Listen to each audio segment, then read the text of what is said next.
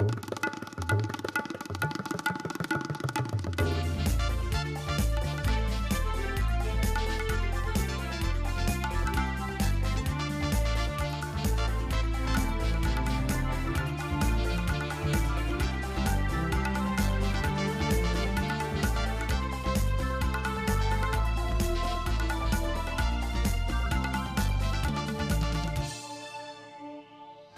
新年，祝新年，新年啊，年连年，好走声声催人想又年。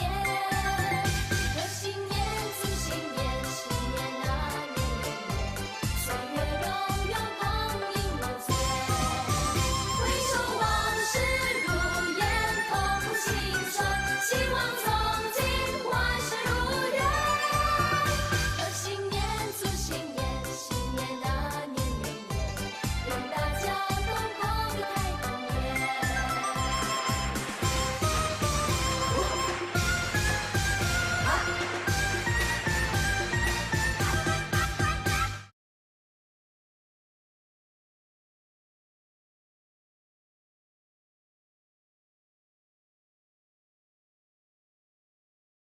La Chine, une civilisation très avancée et vieille de plus de 5000 ans.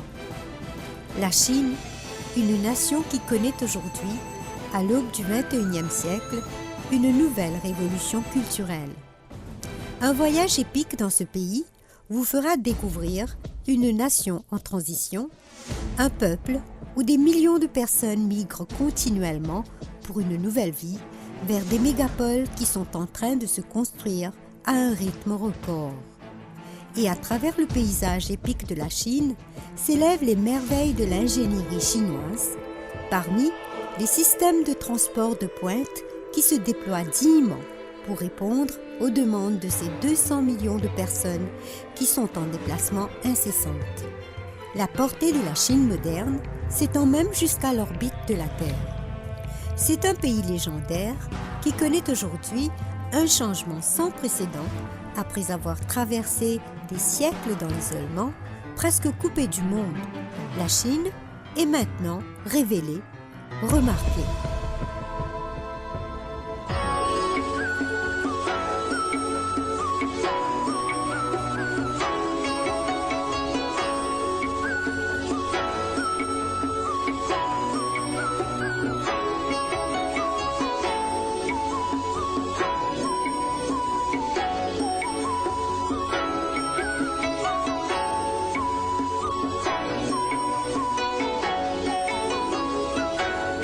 La Chine, avec son immense variété de paysages, des plateaux, des montagnes et des fleuves, est aujourd'hui à l'origine de nombreuses inventions majeures telles la boussole, le papier, le billet de banque, les pâtes alimentaires, la poudre à canon, parmi tant d'autres.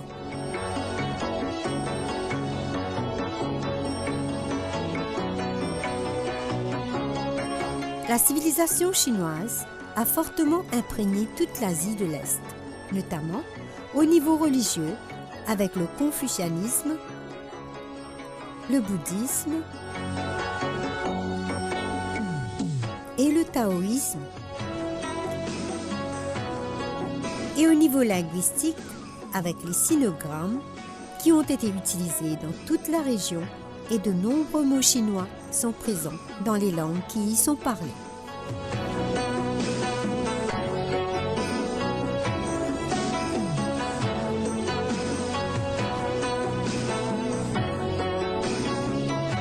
Dans leur vie normale, les Chinois et les Asiatiques du monde entier, comme tous les autres peuples des pays civilisés, accueillent tous les ans une nouvelle année. Cette pratique générale veut qu'on s'efforce de repartir sur un nouveau pied, après s'être débarrassé des mauvaises influences de l'an passé, accompagnées de signes de bon augure.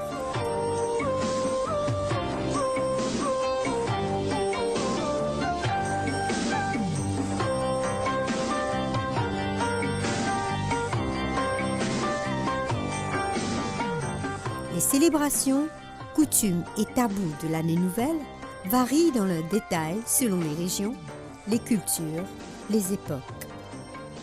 Appelée aussi La fête du printemps, les célébrations de la nouvelle année chinoise débutent une semaine avant le passage à la nouvelle année et durent une bonne quinzaine de jours. Traditions et rituels rythment cette fête. L'on a recours à des symboles, des objets, des aliments et des rites et rituels qui présentent tous une homophonie avec un mot de sens, auspicieux.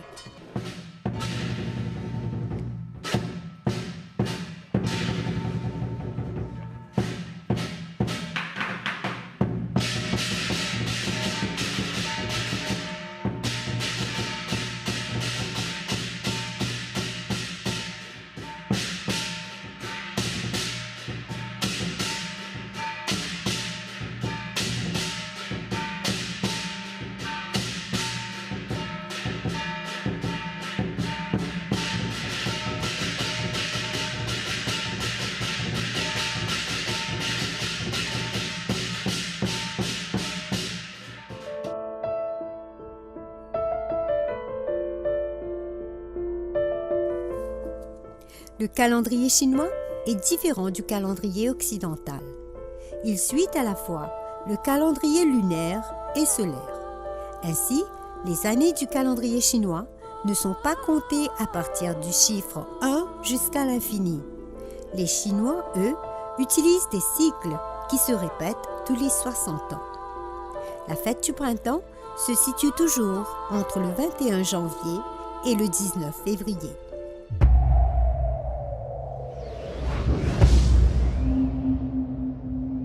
Les festivités de l'année nouvelle chinoise débutent la semaine précédant le Nouvel An avec le Petit Nouvel An, une cérémonie d'adieu au gardien du foyer et du fourneau, Zhuangye, dont l'effigie est collée dans les cuisines.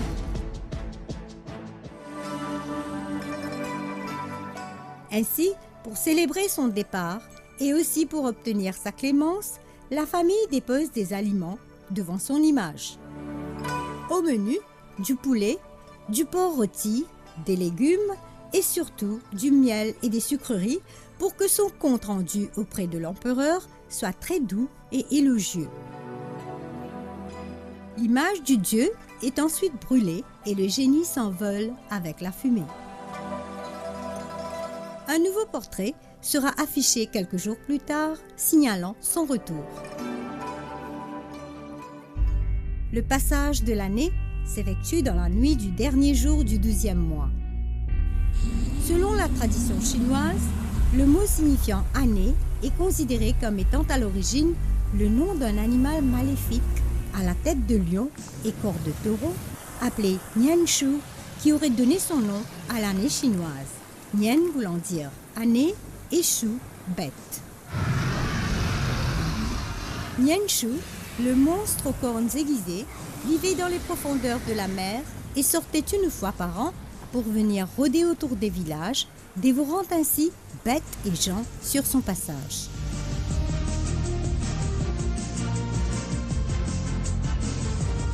Il ne venait qu'à la nuit tombée et disparaissait au lever du jour, obligeant les habitants effrayés à se calfeutrer et à veiller jusqu'à son départ au petit matin, car rien ne pouvait l'arrêter. Afin de se protéger de ce monstre, les Chinois se réunissaient en famille le temps que le monstre passe, qui se dit Go, d'où le nom Gonian, qui veut dire passer la nouvelle année en Chine. Un jour, un vieil homme se mit en tête de chasser la bête. La veille de l'arrivée du monstre, le vieux l'attendit à l'extérieur du village. Les hommes n'avaient pas vraiment confiance en ce vieux fou, mais à l'arrivée de la bête féroce, c'est avec une réelle explosion que le vieil homme accueillit la bête. Il y avait mis des flambeaux partout, dont la lumière était rouge et enfumée. Il faisait un bruit infernal et il avait suspendu des banderoles rouges partout. Tout était fait pour effrayer le monstre, qui s'enfuit aussitôt.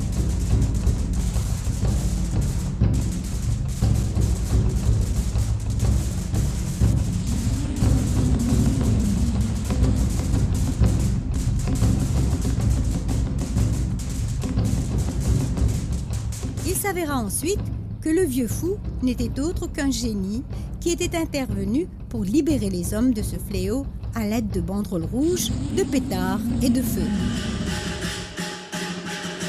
Le village fut sauvé, mais la tradition continua.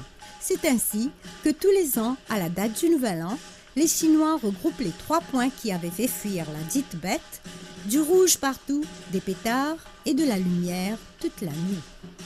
Cependant, Nianshu, même s'il reste lié aux coutumes du Nouvel An chinois, est aujourd'hui représenté comme le lion dans les danses des lions, bien que ce dernier soit un animal auspicieux.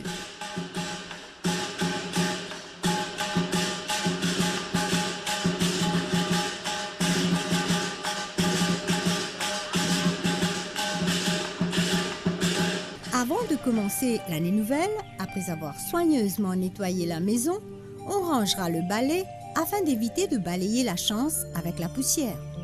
On ne fait pas de ménage en ce jour, et si l'on doit absolument balayer des détritus tombés à terre, il ne faut pas les déposer à l'extérieur du domicile, car cela symboliserait une perte. Des décorations seront installées dans toute la maison.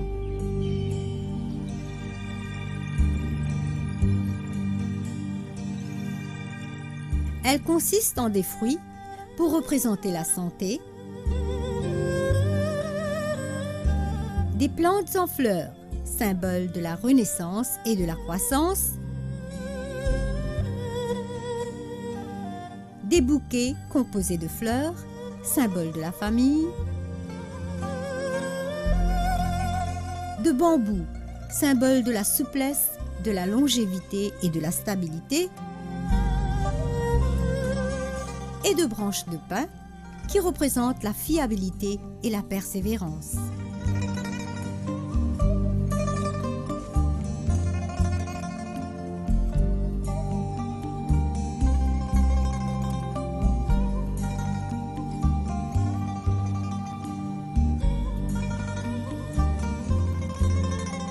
Avant de commencer l'année nouvelle, la communauté chinoise s'acquittera également de ses dettes, se séparera de ce qui est inutile et réglera les différends. En effet, il est primordial de bien quitter l'année écoulée et d'entrer dans la nouvelle de la meilleure façon possible.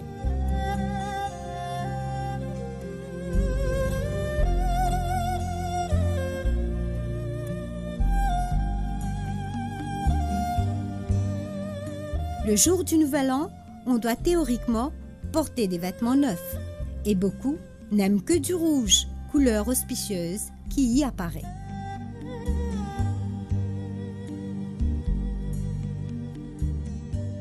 Donc, on fait aussi l'achat de vêtements neufs pour tout le monde dans la maison, mais particulièrement pour les enfants.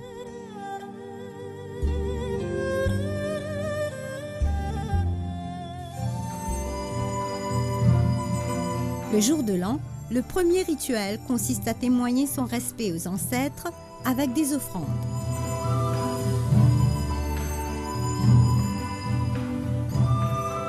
Et ensuite, à rendre hommage aux dieux avec des prières.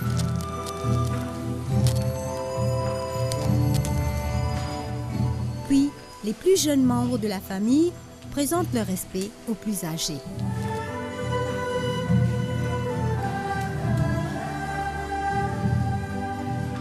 Comme tous les ans, une multitude de souhaits accompagne la nouvelle année. On n'oubliera pas non plus les amis et les proches à qui on souhaitera une très bonne et heureuse fin d'année.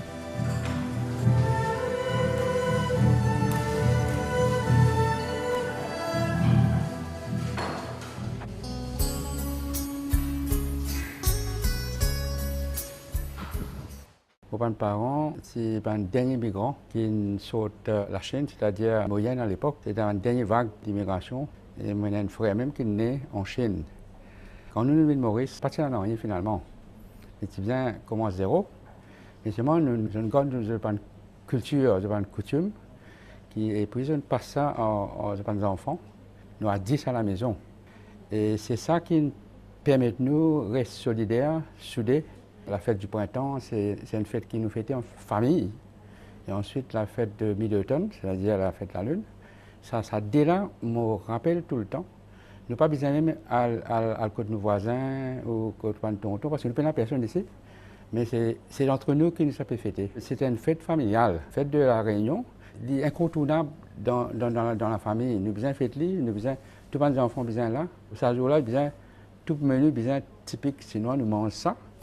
Les célébrations principales du Nouvel An comportent un réveillon comprenant un repas généralement copieux avec des plats symboliques, suivi ensuite d'une nuit de veille. Chusui, assurance de longévité.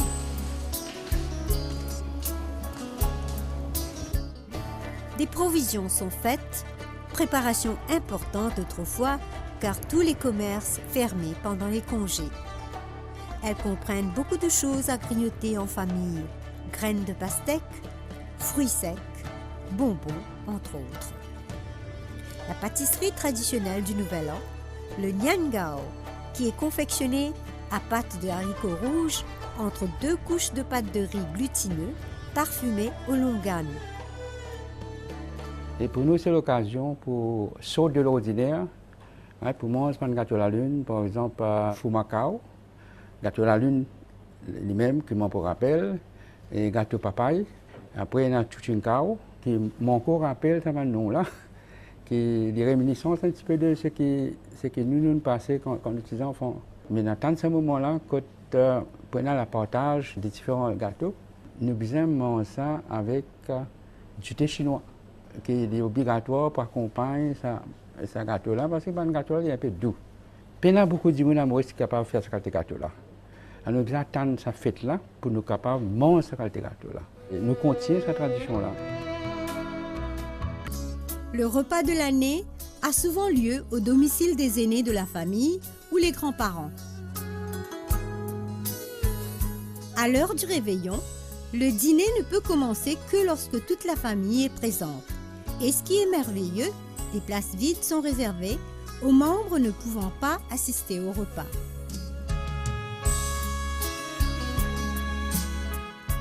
Le repas du réveillon est généralement copieux et comporte souvent des plats symboliques pour assurer la santé de tous et les études des jeunes.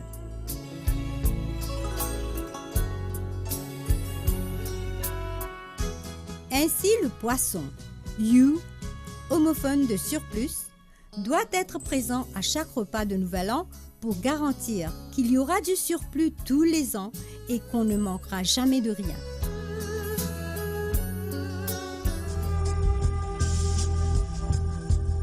Des enveloppes rouges contenant de l'argent sont offertes.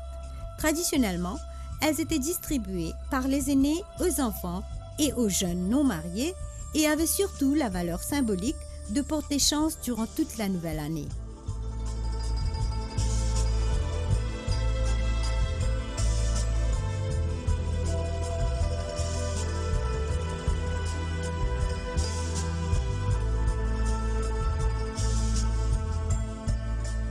Lors des distributions solennelles par les aînés, la personne qui va recevoir l'enveloppe leur adresse un vœu ou parole auspicieuse.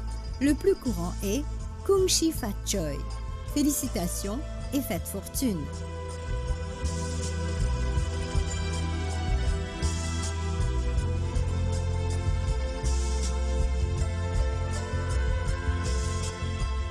Lors des visites à la famille et aux amis dans les jours qui suivent, il est coutume d'offrir une enveloppe aux enfants des visiteurs ou des visités. Beaucoup prennent donc soin de s'approvisionner en petites coupures avant la période de la fête.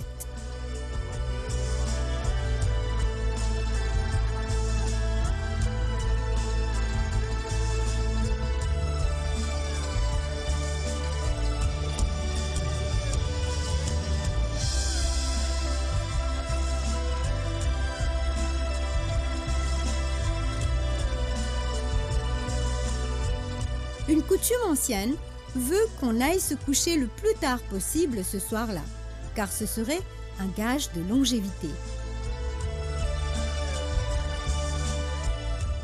Cela s'appelle monter la garde de l'année, Chusui. Une télévision aide largement à remplir cet objectif. Mais un jeu, Mahjong par exemple, est aussi souvent choisi. D'autant que pour certains, il est bon de tenter sa chance pendant la nuit du Nouvel An chinois. Dans certaines régions, les jeux d'argent, habituellement interdits, étaient exceptionnellement autorisés pendant la fête du printemps.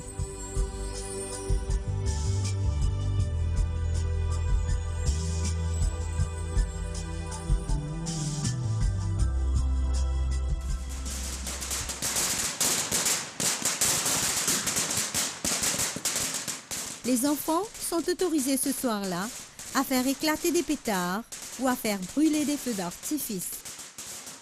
Mais l'événement principal du dernier jour qui clore la veille de l'année nouvelle reste cette fameuse et auspicieuse chaîne de pétards que chaque foyer se doit d'allumer à l'arrivée du premier jour de l'année. Minuit au XXIe siècle, mais autrefois, on changeait de jour à 11 h du soir. Donc, si les règlements locaux le permettent, une chaîne de pétards est allumée dès 11 h ou minuit.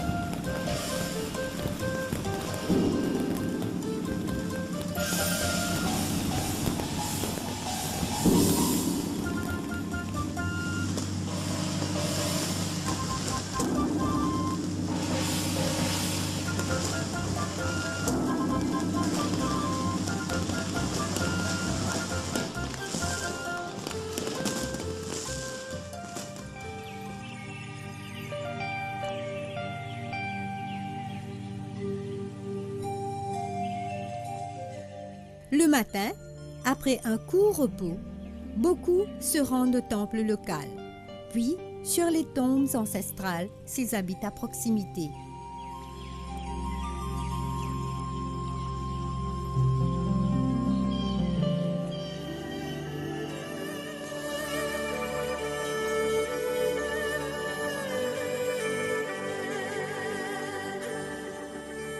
Le 15 du premier mois est la dernière journée de la fête du printemps, marquée par une autre fête sublime et merveilleuse, celle des lanternes.